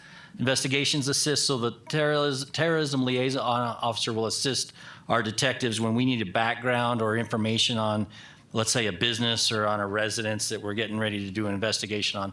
They'll help work up that packet to show if there's a threat, who owns the property, who's paying the power bills, those kinds of things. And then vehicle downloads when they help with downloading black boxes off of vehicles. So our school resource officer at PHS, 408 students taught, classes 15 taught, reports of 51, and arrests are 43. Over at Mile High Middle School, number of students taught 496, classes taught 21, reports are 72, and arrests are 36. So the SROs are really taking a big load off of patrol. These are kind of in-depth, lengthy investigations sometimes. And anytime you deal with a juvenile, you've got to wait for parents to come. If you tie up a patrol officer on that call, you're talking 2-3 hours. So all of those stats free up our patrolmen in a. Councilmember Rusing. Oh, I am just astounded at Mile High Middle School, 36 arrests. What kind of behavior or offenses were occurring? A lot of vaping, unfortunately, and several fights, but mostly it's a lot of vaping for the arrests. And some of it is tobacco vapes, and some of it is like a marijuana vape. So that's a lot of what we do there, and it's a young age there. So trying to keep a handle on it. So if you see, so again, I mentioned that 478 helped us be able to move officer over to Granite Mountain, which you'll see next year. You'll see some additional stats from him. So our weakness there, where you see, is the one community service officer, the one bicycle officer. So that's where we're going to work to strengthen once we can get our numbers up. Mayor Pro Tem. I had the same question. I think you answered that. Thank you. Okay, so in investigations, so we have 5 general investigators, detective sergeant, 2 grant-funded sexual assault investigators, a crime scene investigator, and again, because of 478, we felt comfortable moving a narcotics sergeant and a narcotics investigator over to Pant. And I can tell you that I just left the Pant meeting over in Cottonwood, and typically we'll go and they'll give us a summary of what happened the month prior for the narcotics task force. And there wasn't a whole lot of action that we were getting from the investigators, but now that we've got a sergeant and a detective in there they call it the hot off the wire, there was Prescott. So these are some in-depth investigations that took some large dealers off, a lot that were dangerous and armed and had stolen weapons. So that the 478 and our ability to move people into the narcotics task force is already paying off right now. So we administer the sex offender accountability program. So Lieutenant Novak mentioned that his guys do sex offender checks. When they find somebody in violation, that information comes to our investigator, and we start seeking prosecution for those violations. And that's a lengthy, time-consuming process, but very effective and very worthwhile. We conduct proactive human trafficking stings and investigate all felony crimes. Sometimes we investigate misdemeanor crimes that are a trend. Like if, let's say, we have criminal damages that are happening over and over and over where we need to do something about it. So we'll pick up misdemeanor cases as well if there's a trend. In 2024, we had 331 cases assigned, 54 arrests, 59 search warrants, 2 homicides, 1 robbery, 13 aggravated assaults, 9 sexual assaults, 18 child exploitations, and 44 other sex crimes. One of our trending crimes right now that's causing some of our numbers to go up is fraud. We're seeing a lot of internet and cell phone fraud. When we can get a lead that keeps it within the United States, we further that and try to make an arrest regardless of what state it's in. A lot of these are coming from overseas where once it hits the border, and we're pretty much dead in the water. We give it to the feds and see if they've got an extradition agreement where they'll work it. But once it comes from out of the country, we're kind of stuck. Mayor Pro Tem. Can I ask you a quick question? What kind of a situation do you have with ICE? Do you guys have anything to do with ICE because of the drug situation? Do you collaborate with them? I mean, how does that happen if you were able to arrest somebody that was, an immigrant in some way? So right now, we're not enforcing any federal immigration status, but through the course of our operations, if we make an arrest of an illegal, that person is placed in the jail. Dave Rhodes, the sheriff, is cooperating with ICE. So ICE has been coming to the jails. We're not working in the field so much with ICE, but they do feed us information. Like if we have a drug person that needs some attention, we can get to. If they get that information where we have a state crime, then yeah, we cooperate with them. And like any other law enforcement agency, we'll cooperate when asked. We don't want anybody to get hurt. We want the public to be safe. So if somebody needs help, then we're going to be there to help. But we're not enforcing immigration law by itself. If we're dealing with you, it's because there's a predicate for a crime. Thank you. And then our probably most heard about traffic safety section. So we have 1 sergeant, 2 traffic officers, 3 civilian accident investigators. So that's a little light, and that's an area that we've identified that we need to really work hard to try to bolster. But having said that, we've been able to put those civilian traffic investigators have allowed us to move one of our motor officers to a nighttime shift and to be more of a proactive officer doing DUIs and trying to reduce the number of fatal accidents, aggressive driving, red light running, rather than responding to accidents. So that has helped. But we, in the near future, would like to see us bolster our numbers in the traffic safety section. Highest concentration of collisions, Willow Creek, Miller Valley, Whipple, and Montezuma.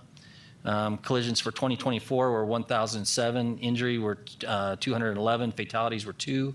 Hit and run were 201. So hit and run, with the addition of the flock cameras, we have been able to clear a lot more. I don't have a stat handy for you right now, but the amount of clearance rate on hit and run has gone way up. Councilmember Rusing. I see we had 2 fatalities. Could you give us some details on those? I'm not prepared to give it to you right now, but I can get those to you at a later time. I'll send them to your office. Okay. I'm not sure if any of them are still pending, any kind of investigation or not, so I'll get those to you. So parking citations, 4,148. Parking warnings, 926. Citations, 3,691, and warnings 6,289. So when the mayor's talking about us showing a presence and we're not out to just make stats, I think when you see the numbers of citations compared to warnings, we're not out just to hang a citation on somebody. We're out to educate the public. So a lot of those warnings are traffic contacts where we try to educate the public to slow down or use your blinker or don't run the red light or whatever it is without it being punitive. So if you look at our balance there, we are not out there just trying to hang tickets on people. We're trying to solve problems. So the traffic contacts total, and that includes the parking and DUIs, 16,236. Anybody have a question? Speed details are 13, DUI details are 12, and then seatbelt campaign, we get some funding for the speed aggressive driving, DUI and seatbelt from the Governor's Office of Highway Safety. Citizen patrol hours are 4,982. And then I also oversee out of the, over in my bureau, the technical support unit. So that's our drones and our robotics for the SWAT team. And those have been a huge improvement. We use them like when we're doing the parades, when I do the child sexting trafficking, I put that drone up over our takedown location. I've got instant situational awareness if the person flees. It's been a game changer as far as technology that's helped us actually do our job. So they have had 29 deployments, 19 call-outs. They've worked 4 special events, and then mapping crime scenes. Usually they'll map our homicides and our fatal accidents. Councilwoman Furworth. Thank you, Mayor. The seatbelt campaign, is that also, do you guys do car seat checks, or any kind of campaign like that where moms can come over and make sure that they've got new moms and new dads, that they've got their cars safe for the little ones? At one point we did. Right now I don't currently have anybody certified to do you have to be certified to. Right, that's why I was asking the question. So we intend to get somebody certified again, but currently I don't. But if there are moms in the community that needed that service, could they go to the sheriff's department, or is there other place in town for them? They could check with the sheriff's department. I can't speak for them. I'm not certain. So okay. I don't know if you're aware of anybody that else is doing I know it. Prescott Valley. I've seen Prescott Valley advertise the service. That's why I was just asking if we had a similar service. Our intentions, once I can get our numbers up just a little bit, we'll be providing that service again. And I'll turn it over to Lieutenant Kassoon. Councilmember Roosing, you had a question.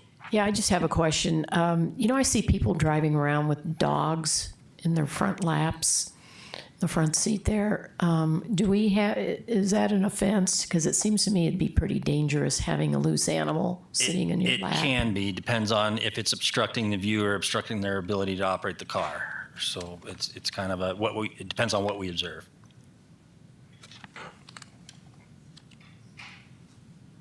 Thank you, Jason.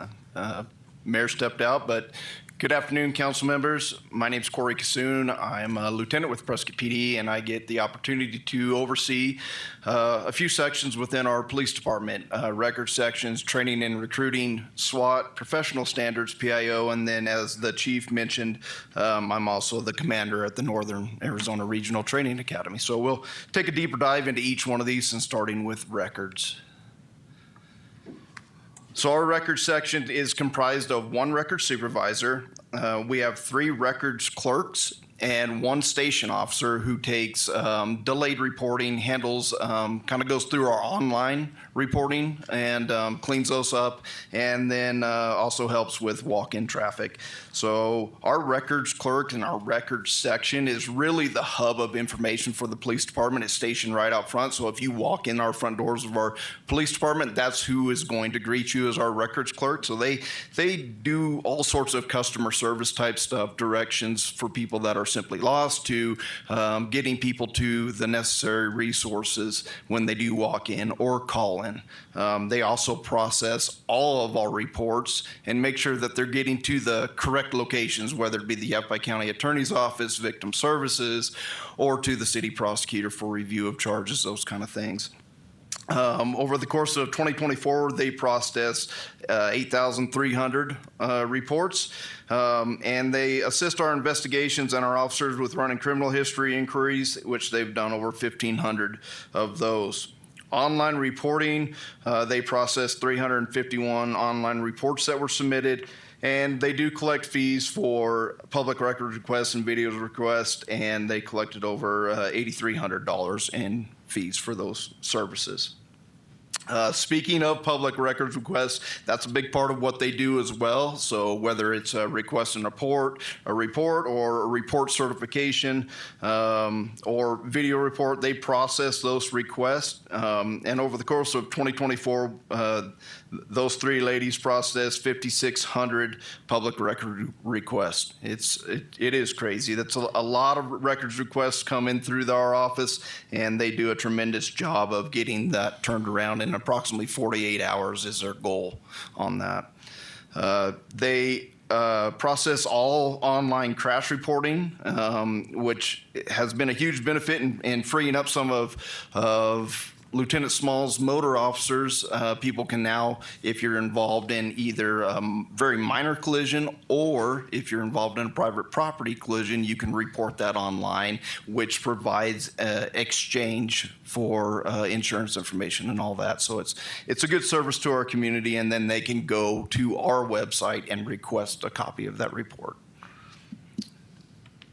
Crash reports purchased online, 259, and then the revenue from online crash reports was a little over, almost $1,300. Body worn camera, I know we've talked about this in the past, but so since we have been utilizing body worn cameras since about 2022, our requests for those have gone up yearly. Last year, we had 85 requests for body-worn camera footage. And when I say a request, it's a request for a case. So we have obviously body-worn cameras that our officers wear, plus we have dash cams that in all of our vehicles, and then we have interview room cameras. So one case can be, several videos that encompasses that. So we had 85 requests, which encompassed 301 videos that we had to go through and redact. And it's important to mention that where we average in the national average, and we're right there, for 1 hour of video, it takes 5 hours to go through and redact that. So it's very time intensive. And we have to devote a lot of resources to video redaction at this time, because once it's redacted, then we have a supervisor actually have to go through and guarantee that we did our redaction process right. So we do spend a lot of time on video redaction and fulfilling those requests. Moving on, I also have the opportunity to oversee training and recruiting. We currently have one officer, LPO Sean Hilton, who oversees all of our training and recruiting. He's the hub. Obviously, we have trainers throughout the department that assist with that, but he puts on all of our new officer testing, and then he also helps with all our civilian hires. So he's processing everybody through his office, so doing background investigations, from holding the test. You guys heard Deputy Mayor Chief. Pro Tem, you had a question. I have a question if we just back up just a little bit. You bet. What about the Axon program, where the public, if they have captured some kind of a crime on their camera, they call you, they can upload that? Is that in your department as well? It is. So the Axon, our partnership with Axon has been one that has really helped advance us, the technology. So all of our photos, our crime scene photos, and any evidence, so if we have video evidence from a store or some cell phones, everybody's carrying a cell phone, we can send them a link through evidence.com, and they can just upload that video to the link, and then we automatically get that video, and it's stored in our Axon cloud as evidence. I wanted to make sure the public understood that too, because I know we've had some situations with break-ins. I've had it myself where my camera caught something and I was able to send it down to the to be uploaded through the Axon program. So do you have any information on that on your guys' website? We don't have any information on the website, but the officers are equipped with that information and should be giving it out to the public when they're investigating those crimes, because they actually have to go through and send them a link. There's not a link that you can click on. We have to invite that evidence in.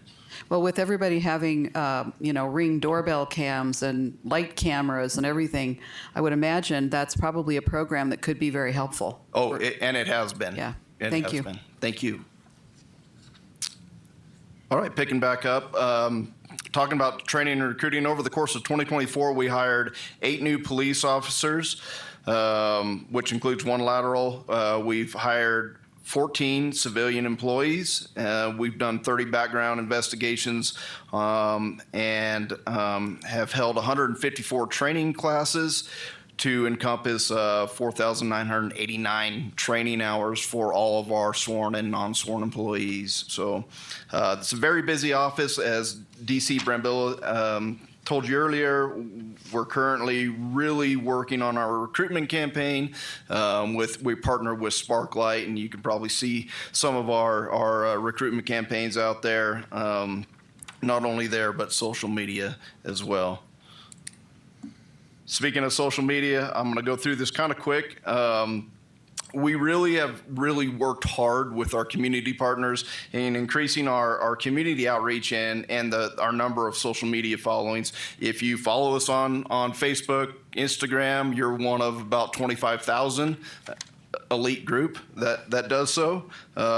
This year alone, we had 702 social media posts for education, information, and it's a good way to instantly reach our public, because we know people are glued to their phones nowadays. Our Peak Patch event this year, which is our 7th annual, raised $10,000 for our breast care center that we partner with YRMC. In total, we did 35 community outreach events, which would include our Coffee with the Cops, as well as our biannual Citizen Academy that we host. And I think we have some graduates of that in the room. So anyways, we've really worked hard to increase our presence in our community outreach and our social media presence to get information to our community. In addition to that, I oversee our Special Weapons and Tactics team. Our Special Weapon and Tactics team, we do about 12 non-planned missions, so call-out type missions a year.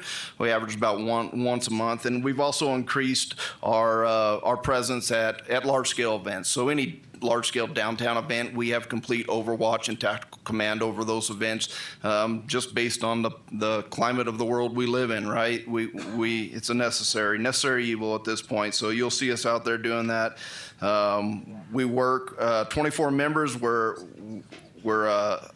collateral duty team, meaning we're not full-time. Those officers that are assigned to the SWAT team also have other assignments or primary assignments, whether it be investigations, patrol, or community services.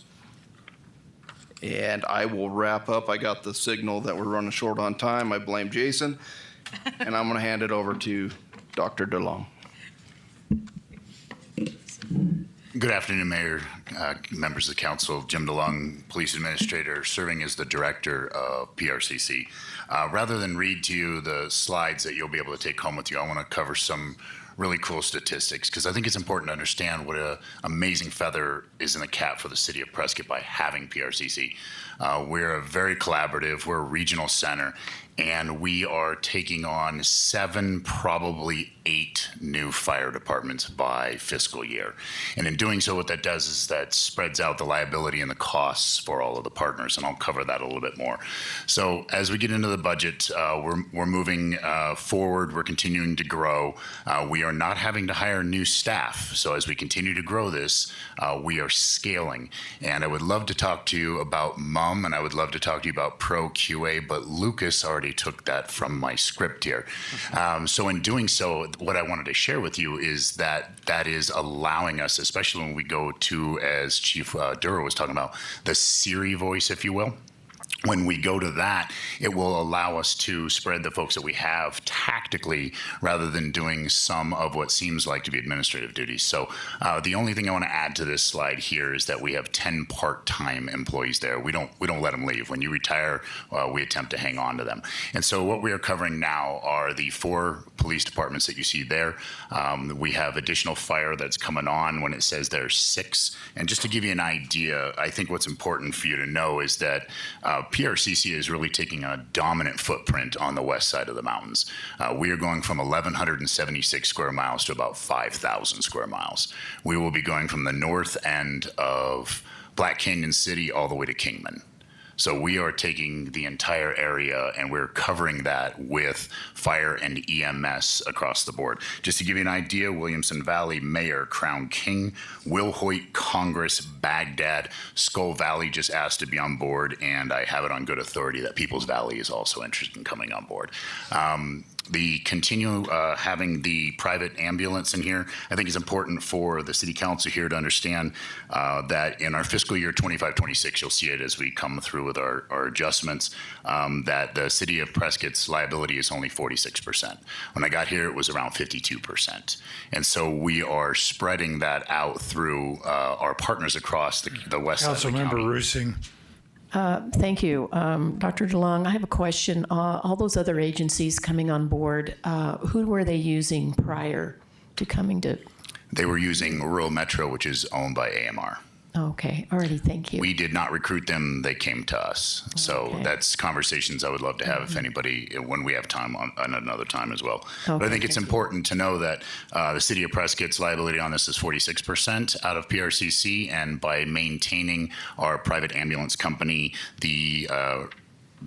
our estimated rebate will be $157,000 coming back to the city of Prescott from those revenues that are coming in.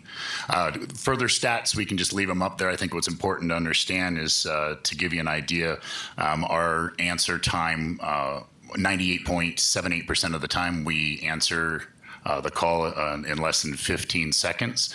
Our average call time is around 134 seconds. Everything we do is in seconds based on our national standards. And it's important to remember that the PRCC is celebrating its 20th anniversary next month. I really appreciate the proclamation. It's very important for the staff.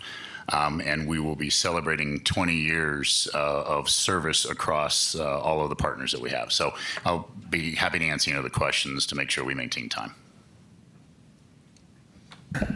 Thank you, Jim. I think PRCC has shown itself to be a extremely well-run, very efficient, great group of people, and being able to be prepared for the growth that we're going to see in the future is a testament to your excellent management over there. So again, I'm going to thank all of the police and fire leaders that we've had here today. We certainly are setting ourselves up for a very efficient and great future here in the city to be able to provide more legitimate public safety. And I thank all of you for coming today, and thank you all for your leadership. Okay, this meeting is adjourned. And we're going to take about 10 minutes to do a little changeover here with all the tables, et cetera, before we begin our voting meeting. So right now we have what?